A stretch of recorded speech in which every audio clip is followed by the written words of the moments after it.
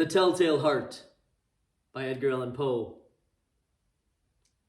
True. Nervous. Very, very dreadfully nervous. I had been and am. But why will you say that I am mad? The disease has sharpened my senses, not destroyed, not dulled them. Above all was the sense of hearing acute. I heard all things in the heaven and in the earth, and I heard many things in hell. How then am I mad? Hearken and observe how healthily, how calmly I can tell you the whole story. It is impossible to say how first the idea entered my brain, but once conceived, it haunted me day and night. Object, there was none. Passion, there was none. I loved the old man. He had never wronged me. He had never given me insult. For his gold I had no desire. I think it was his eye. Yes, it was this. He had the eye of a vulture, a pale blue eye with a film over it. Wherever it fell upon me, my blood ran cold, and so by degrees, very gradually, I made up my mind to take the life of the old man and thus rid myself of the eye forever.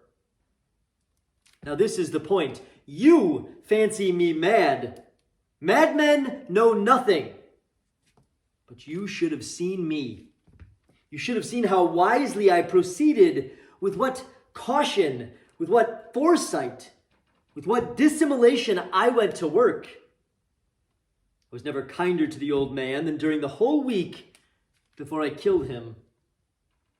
And every night, about midnight, I turned the latch of his door and opened it, oh, so gently. And then, when I had made an opening sufficient for my head, I put in a dark lantern, all closed so that no light shone out. And then I thrust in my head.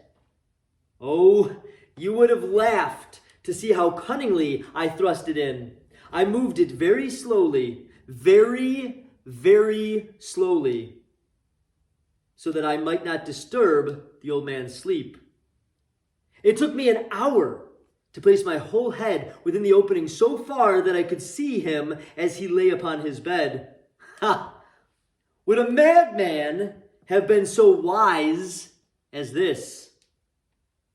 And then, when my head was well in the room, I undid the lantern cautiously, oh, so cautiously, for the hinges creaked. I undid it just so much that a single thin ray fell upon the vulture eye. And this I did for 7 long nights, every night just at midnight. But I found the eye always closed, and so it was impossible to do the work, for it was not the old man who vexed me, but his evil eye. And every morning, when the day broke, I went boldly into the chamber and spoke courageously to him, calling him by name in a hearty tone and inquiring how he had passed the night. So you see, he would have been a very profound old man, indeed, to suspect that every night, just at 12, I looked in upon him while he slept. Upon the 8th night, I was more than usually cautious in opening the door. A watch's minute hand moves more quickly than mine did. Never before that night had I felt the extent of my own powers, of my sagacity. I could scarcely contain my feeling of triumph to think that there I was, opening the door little by little, and he not even to dream of my secret deeds or thoughts. I fairly chuckled at the idea, and perhaps he heard me, for he moved on the bed suddenly as if startled. Now you may think that I drew back, but no. His room was as black as pitch, with the thick darkness, for the shutters were close fastened through fear of robbers. And so I knew that he could not see the opening of the door, and I kept pushing it on steadily. I had my head in, and was about to open the lantern when my thumb slipped upon the tin fastening, and the old man sprang up in the bed, crying out, "Who's there?" I kept quite still and did nothing. For a whole hour I did not move a muscle, and in the meantime I did not hear him lie down. He was still sitting up in the bed, listening. Just as I have done night after night, hearkening to the death watches in the wall. And presently I heard a slight groan, and I knew it was the groan of mortal terror. It was not a groan of grief or pain. Oh no, it was the low stifled sound that arises from the bottom of the soul when overcharged with awe. I knew the sound well. Many a night, just at midnight, when all the world slept, it has welled up from my own bosom, deepening with its dreadful echo the terrors that distracted me. I say I knew it well. I knew what the old man felt and pitied him, although I chuckled at heart. I knew that he had been lying awake ever since that first slight noise, when he had turned in bed. His fears had been ever since growing upon him. He had been trying to fancy them causeless, but could not. He had been saying to himself, "Oh, it is nothing but the wind in the chimney. It is only a mouse crossing the floor, or it is merely a cricket which has made a single chirp." Yes, he has been trying to comfort himself with all these suppositions, but he had found all in vain, because death, in approaching him, had stalked with his black shadow before him and enveloped the victim. It was the mournful influence of the unperceived shadow that caused him to feel, although he neither saw nor heard, to feel the presence of my head within the room. When I had waited a long time, very patiently, without hearing him lie down, I resolved to open a very, very little crevice in the lantern. So I opened it. You cannot imagine how stealthily, until at length a single dim ray, like the thread of a spider, shot from out the crevice and fell full upon the vulture eye. It was open, wide open, and I grew furious as I gazed upon it. I saw it with a perfect distinctness, all a dull blue, with a hideous veil over it that chilled the very marrow in my bones, and I could see nothing else of the old man's face or person, for I had directed the ray, as if by instinct, precisely upon the damned spot. And now, have I not told you that what you mistake for madness is but over-acuteness of the senses? Now I say there came to my ears a low, dull, quick sound, such as a watch makes when enveloped in cotton. I knew that sound too well, too.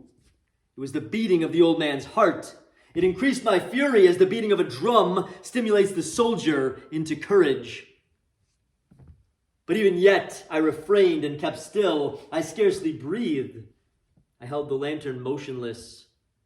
I tried how steadily I could maintain the ray upon the eye. Meantime, the hellish tattoo of the heart increased. It grew quicker and louder every instant. The old man's terror must have been extreme. It grew louder, I say louder every moment. Do you mark me well? I have told you that I am nervous, so I am. And now at the dead hour of the night, amid the dreadful silence of that old house, so strange a noise as this excited me to uncontrollable terror. Yet for some minutes longer I refrained and stood still. But the beating grew louder and louder. I thought the heart must burst, and now a new anxiety seized me. The sound would be heard by a neighbor. The old man's hour had come. With a loud yell, I threw open the lantern and leaped into the room. He shrieked once, only once. In an instant, I dragged him to the floor and pulled the heavy bed over him. I then smiled gaily to find the deed so far done. But for many minutes, the heart beat on with a muffled sound. This, however, did not vex me. It would not be heard through the wall. At length, it ceased. The old man was dead. I removed the bed and examined the corpse. Yes, he was stone dead. I placed my hand upon the heart and held it there many minutes. There was no pulsation. He was stone dead. His eye would trouble me no more. But if still you think I'm mad, you will think so no longer when I describe the wise precautions I took for the concealment of the body. The night waned, and I worked hastily, but in silence. First of all, I dismembered the corpse. I cut off the head and the arms and the legs. I then took up 3 planks from the flooring of the chamber and deposited all between the scantlings. I then replaced the boards so cleverly, so cunningly, that no human eye, not even his, could have detected anything wrong. There was nothing to wash out, no stain of any kind, no blood spot whatever. I had been too wary for that. A tub had caught all. When I made an end of these labors, it was 4 o'clock.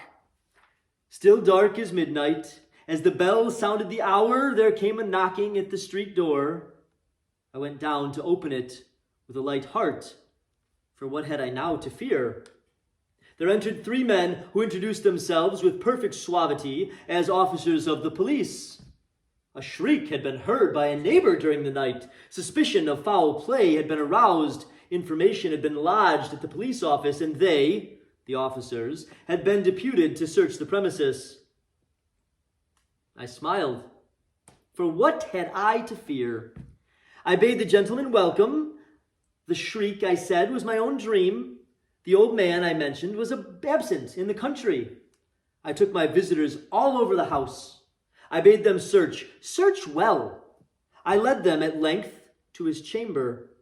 I showed them his treasures, secure, undisturbed. In the enthusiasm of my confidence, I brought chairs into the room and desired them here to rest from their fatigues, while I myself, in a wild audacity of the perfect triumph, placed my own seat upon the very spot beneath which reposed the corpse of the victim. The officers were satisfied. My manner had convinced them. I was singularly at ease. They sat, and while I answered cheerily, they chatted of familiar things. But ere long, I felt myself getting pale, wished them gone. My head ached, and I fancied a ringing in my ears, but still they sat and chatted. The ringing became more distinct. It continued and became more distinct. I talked more freely to get rid of the feeling, but it continued and gained definitiveness until at length I found that the noise was not within my ears. No doubt I now grew very pale, but I talked more fluently with a heightened voice, yet the sound increased, and what could I do? It was a low, dull, quick sound, much such a sound as a watch makes when enveloped in cotton. I gasped for breath, and yet the officers heard it not.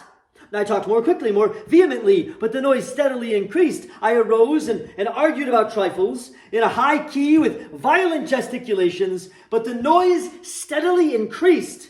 Why would they not be gone? I paced the floor to and fro with heavy strides, as if excited to fury by the observation of the men, but the noise steadily increased.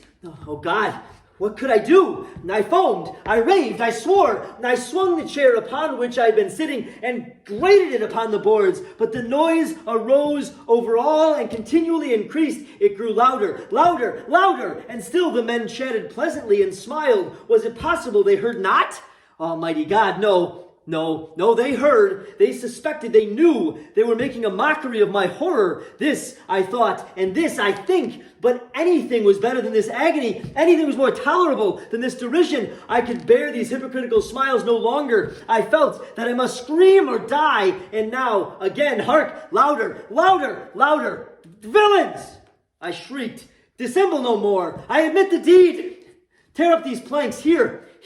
It is the beating of this hideous heart.